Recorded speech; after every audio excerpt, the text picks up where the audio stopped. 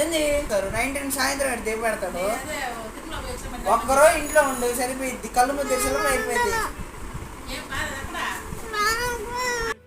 Hi all, వన్నీ బీడే వస్తుందని వాళ్ళ ఊరికి పంపుదామని అందరం కలిసి చెప్తుంటే కొత్తగా పెళ్ళైన పెళ్లి కూతురులాగా నేను పోనంటే పోనని చెప్పి కూర్చొని మారం చేస్తుంది. మళ్ళీ నేను అన్ని వీడియోలు తీసి యూట్యూబ్లో పెడుతున్నాను. నా మీద టాక్ ఒకటి.